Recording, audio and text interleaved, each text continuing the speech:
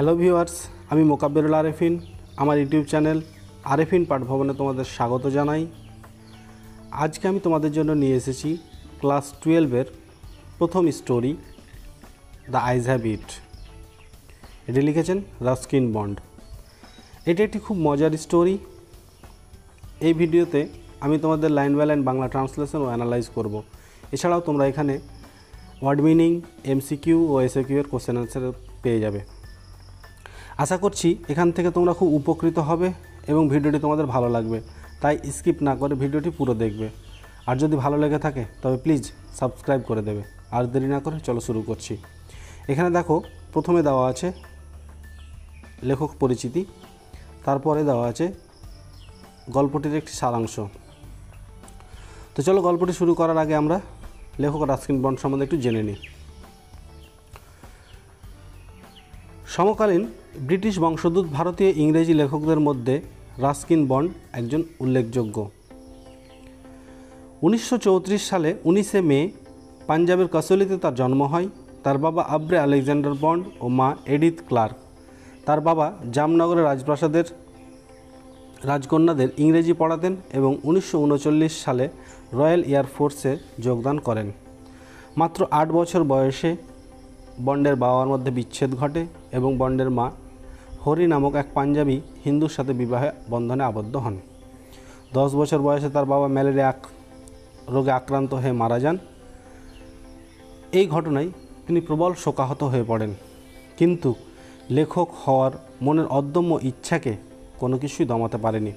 মাত্র 16 বছর বয়সে সে লিখে ফেলে তার প্রথম শর্ট স্টোরি আনটাচেবল। তিনি 200-রও বেশি শর্ট স্টোরি, এজেস, নোবেলস লিখেছেন। যেহেতু তিনি হিমালয়ের পাদদেশ অঞ্চলে তার জীবন অতিবাহিত করেছেন, তাই মসুরি, দেরাদুন, সিমলার প্রাকৃতিক পাহাড়ি সৌন্দর্য তাকে বিশেষভাবে আকৃষ্ট করেছে। তাই তার প্রতিটি লেখায় এই সৌন্দর্যের উল্লেখ পাওয়া যায়। তার প্রথম novel the room on the roof, এছাড়াও our trees still growing in Dehra, যেটার জন্য তিনি 1992 সালে সাহিত্য একাডেমি পুরস্কার পান। এছাড়াও 1999 সালে পদ্মশ্রী, 2014 সালে পদ্মভূষণ এবং 2007 সালে লাইফ টাইম অ্যাচিভমেন্ট অ্যাওয়ার্ড পান। তো বন্ধুরা, এবার আমি তোমাদের লাইন বাই লাইন পড়াবো এবং বাংলায় ট্রান্সলেশন করব এবং অ্যানালাইজ করব।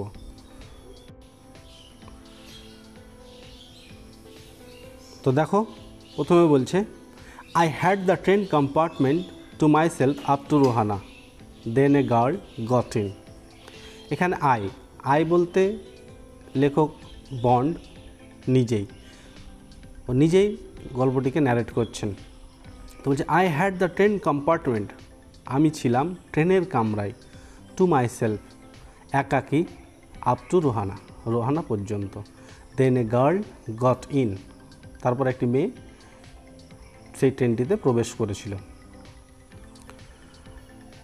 The couple who saw her off were probably her parents. The couple মানে কি? দম্পতি, স্বামী স্ত্রী।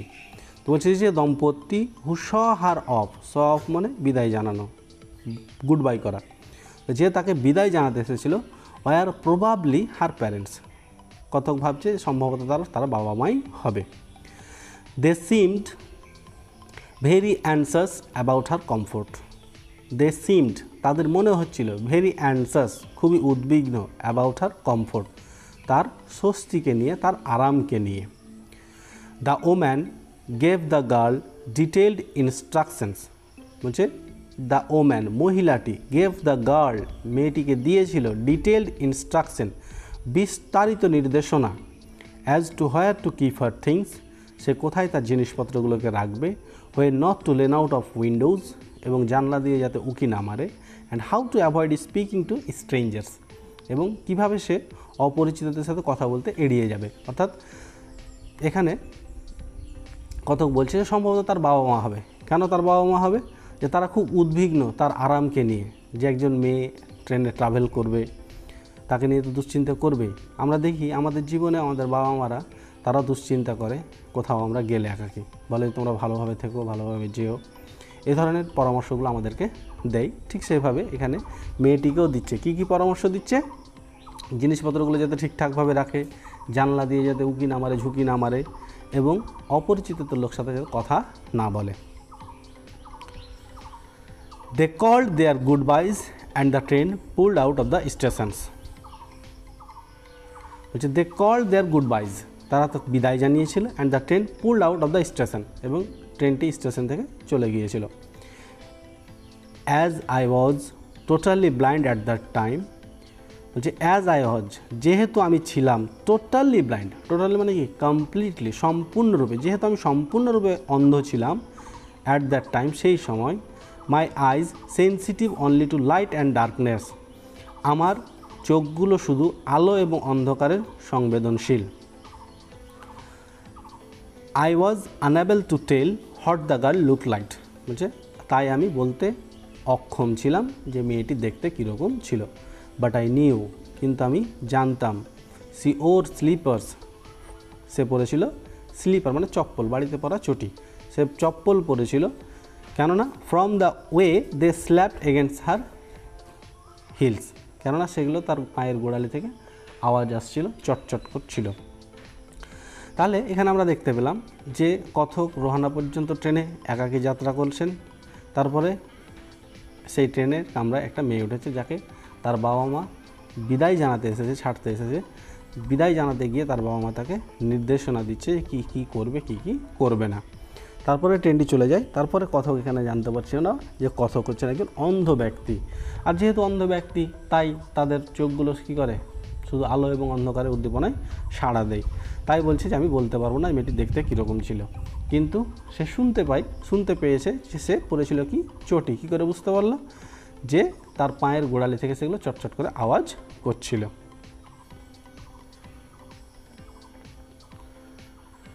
ইট would take me some time to discover something about her looks, বলছে যে it would take me some time, আমাকে কিছুটা সময় লাগবে, to discover something about her looks.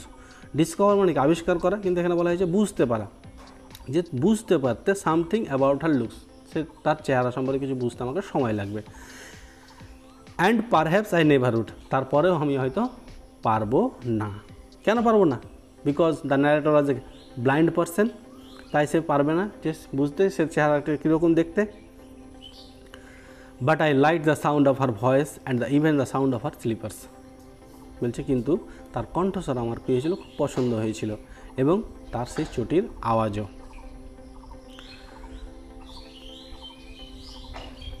R you going all the way to Dehra, I asked, আমি জিজ্ঞেস করেছিলাম যে তুমি কি দেহরা যাবে। অর্থাৎ কি, আমরা যখন কোনো ট্রেনে বা বাসে ট্রাভেল করি তখন অপরিচিতদের সাথে প্রথমে কথা কীভাবে বলি, যে আপনি কি অমুক জায়গায় যাবেন, আপনি কোথায় যাবেন, এইভাবে আমরা কথোপকথন শুরু করি। তো সেভাবে এখানে ন্যারেটর বা কথক কী করছেন, কথোপকথন শুরু করছেন মেয়েটির সাথে। প্রথমে তাকে জিজ্ঞেস করছে সে কোথায় যাবে, সে কি দেহরা পর্যন্ত যাবে নাকি। তাহলে আমরা এখানে দেখতে পাই যে স্টোরিটিতে তাদের যে কনভারসেশন, তাদের যে কথোপকথন, সেখান থেকে কিন্তু শুরু করছে কে, narrator. I must have been sitting in a dark corner because my voice startled her. এবার ন্যারেটর বলছে যে I must have been sitting in a dark corner, আমি যে মনে হয় বসেছিলাম একটা অন্ধকার কোণায়, কেননা বিকজ মাই ভয়েস স্টার্টেলড হার, কেননা আমার কণ্ঠস্বর তাকে কী করেছিল, স্টার্টেল মানে হচ্ছে চমকে দেওয়া, তার আমার কণ্ঠস্বর তাকে কী করেছিল, চমকে দিয়েছিল। She gave a little exclamation and said, সে একটু বিস্মিত হয়েছিল এবং বলেছিল যে I didn't know anyone else was here, আমি জানতাম না যেখানে আর কেউ আছে। অর্থাৎ কথক কী ভাবছে যে আমি হয়তো অন্ধকার কোণায় বসেছিলাম, তাই মেয়েটি আমাকে দেখতে পায়নি, তাই আমার কণ্ঠস্বর তাকে চমকে দিয়েছে। কিন্তু মেয়েটি কী বলছে যে আমার কাছে সেরকম কোনো ধারণা ছিল না, আমি কোনো বুঝতে পারিনি যে আমি ছাড়া আর কেউ এখানে আছে। Well, it often happens that people with good eyesight fail to see what is right in front of them. বলছে ওয়েল, আচ্ছা, ইট অফেন হ্যাপেন্স, বলছে এটা প্রায় ঘটে, হয়, that people with good eyesight, সেই সমস্ত মানুষ যাদের দৃষ্টিশক্তি ভালো, ফেল টু সি, দেখতে ব্যর্থ হয়, what is right in front of them, তাদের সামনে কি রয়েছে। তো যাই হোক কথক এখানে কী করছে, মন্তব্য করছে যে যাদের চোখ ভালো, দৃষ্টিশক্তি ভালো, তারা কিন্তু সবসময় দেখতে পায় না যে তাদের সামনে কী ঘটছে। কেননা বলছে they have too much to take in, I suppose, বলছে কেননা যে আমার মনে হয় যে তাদের অনেক কিছু দেখার আছে, তাই তারা সব জিনিস দেখে না, যে কোনটা দেখবে না দেখবে, তাই তারা বিভ্রান্তিতে পড়ে যায়। আমাদের মধ্যেও ঘটে, আমরা ধরো যে সবসময় কী আছে না আছে আমাদের সামনে, আমরা সবসময় কিন্তু সেই জিনিসটাকে ওইভাবে দেখলেও আমরা কিন্তু মনে রাখতে পারি না। Where as people who can not see, যেখানে মানুষেরা যারা দেখতে পায় না, অর সি ভেরি লিটিল, খুব অল্প দেখে, have to take only the essentials, শুধুমাত্র তারা কী করে, প্রয়োজনীয়টুকু গ্রহণ করে বা প্রয়োজনীয়টুকু নেই। Whatever registers most tellingly on their remaining sense, বলছে হট এভার যেটা, রেজিস্টার্স মোস্ট টেলিংলি, অর্থাৎ যেটা তাদের কী হয়, যেটা তাদেরকে বলে দেই, অন দেয়ার রিমেনিং সেন্স, অর্থাৎ বাকি ইন্দ্রিয়গুলো দ্বারা তাদেরকে বলে দেই। তাহলে এখানে দেখো এই যে বললো যে এটা যে আমি বুঝতে পারিনি, এই কথার উপরে কথক মন্তব্য করছে যে যাদের দৃষ্টিশক্তি ভালো তারা সবসময় দেখতে পায় না তাদের সামনে কী রয়েছে, কেন তাদের অনেক ধরনের জিনিস দেখার আছে। আবার যাদের দৃষ্টিশক্তি কম বা যারা দেখতে পায় না তাদের কথা বলছে যে ওরা শুধু কী করে, প্রয়োজনীয়টুকু গ্রহণ করে। কেননা আমরা যদি দেখি তাহলে দেখতে পাবো যে আজ পর্যন্ত কিন্তু আমরা শুনিনি যে কোনো অন্ধ ব্যক্তি ধরো যে অ্যাক্সিডেন্ট হয়েছে বা কিছু হয়েছে, কেননা তারা তাদের বাকি যে ইন্দ্রিয়গুলো আছে, বাকি যে সেন্সগুলো আছে, তাদের উপরে তারা কিন্তু নির্ভর করে এবং যতটুকু তাদের প্রয়োজন ততটুকুর উপরেই কিন্তু তারা নির্ভর করে।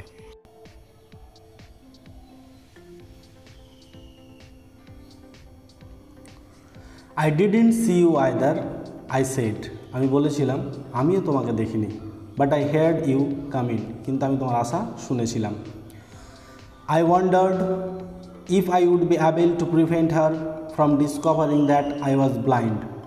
আই ওয়ান্ডার্ড মানে এখানে ভাবছিলাম, তাহলে আই ওয়ান্ডার্ড আমি ভাবছিলাম, if I would be able to prevent her, আমি যদি তাকে প্রতিহত করতে পারি, ফ্রম ডিসকভারিং দ্যাট, এটা বুঝতে পারা থেকে যে আই ওয়াজ ব্লাইন্ড, আমি অন্ধ। Provided I keep to my seat, তবে আমাকে কী করতে হবে, আমার স্থানেই বসে থাকতে হবে। আই থট, আমি ভাবছিলাম, ইট শুডন্ট বি টু ডিফিকাল্ট, এটা খুব কঠিন হবে না। অর্থাৎ এখানে কথক তার অন্ধত্ব মেয়েটির কাছ থেকে লুকিয়ে রাখতে চাইছে। ইটস ন্যাচারাল, এটা স্বাভাবিক যে আমরা সবাই কী করি, আমাদের অক্ষমতাগুলোকে অন্যজনের কাছ থেকে আড়াল করে রাখি। এখানে কথকও তার যে ডিসঅ্যাবিলিটি সেটাকে এড়িয়ে রাখতে চাইছে। দ্য গার্ল সেড, মেয়েটি বলেছিল, I am getting off at Saharanpur, আমি সাহারানপুরে নেমে পড়ব। My aunt is meeting me there, আমার আন্টি সেখানে আমার সাথে সাক্ষাৎ করবে। Then I had better not get too familiar, তারপরে আমি আর তার সাথে পরিচিতি বাড়ালাম না। আই রিপ্লাইড, আমি প্রতি উত্তরে বললাম, আন্টস আর ইউজুয়ালি ফর্মিডেবল ক্রিয়েচার্স, আন্টিরা হচ্ছে সাধারণত ভয়ঙ্কর প্রাণী। এখানে দেখো মজার ব্যাপার যে আন্টিরাকে বলছে এটা ভয়ঙ্কর প্রাণী। কেন ভয়ঙ্কর প্রাণী? আন্টিরা আমরা দেখি যে তারা খুব যত্নশীল হয়, তারা আমাদেরকে খুব ভালোবাসে, তাই তারা যে কোনো জিনিস আমাদের কী করে, বেশি একটু কেয়ার করে রাখে। তাই কথক এখানে এটা তোষামদের ছলে বলছে যে আন্টিরা হচ্ছে এটা ভয়ঙ্কর প্রাণী। Where are you going, she asked, সে জিজ্ঞেস করেছিল আপনি কোথায় যাবেন। To Dehra and then to Mussoorie, Dehra হয়ে মসুরি, অর্থাৎ কথক কোথায় যাবে, প্রথমে যাবে দেহরা, তারপরে যাবে Mussoorie. Oh how lucky you are, oh আপনি কত ভাগ্যবান। I wish I were going to Mussoorie, আমার ইচ্ছে আমিও যদি মসুরি যেতে পেতাম। I love the hills specially in October, আমি পাহাড়গুলোকে ভালোবাসি বিশেষ করে অক্টোবর মাসে। অর্থাৎ এখানে আমরা দেখতে পেলাম যে কথককে মেয়েটি লাকি বলে কনসিডার করছে। কেন লাকি বলে কনসিডার করছে? যে কথক কোথায় যাচ্ছে, মসুরি যাচ্ছে। মেয়েটির ইচ্ছে ছিল যে সে মসুরি যাবে, কারণ সে পাহাড়কে দেখতে ভালোবাসে এই অক্টোবর মাসে, তাই তাকে লাকি বলে কনসিডার করেছে। সো রাস্কিন বন্ডের দ্য আইজ হ্যাবিটের ফার্স্ট পার্টটা এখানে শেষ করছি। আশা করছি তোমরা এর পরের পার্টগুলোও দেখবে। আর তোমাদের সুবিধার জন্য আজকের এই অংশটুকু থেকে আমি এসএকিউ ও এমসিকিউ এর কোশ্চেন অ্যান্সারগুলো দিয়ে দিয়েছি, তোমরা দেখে নিও।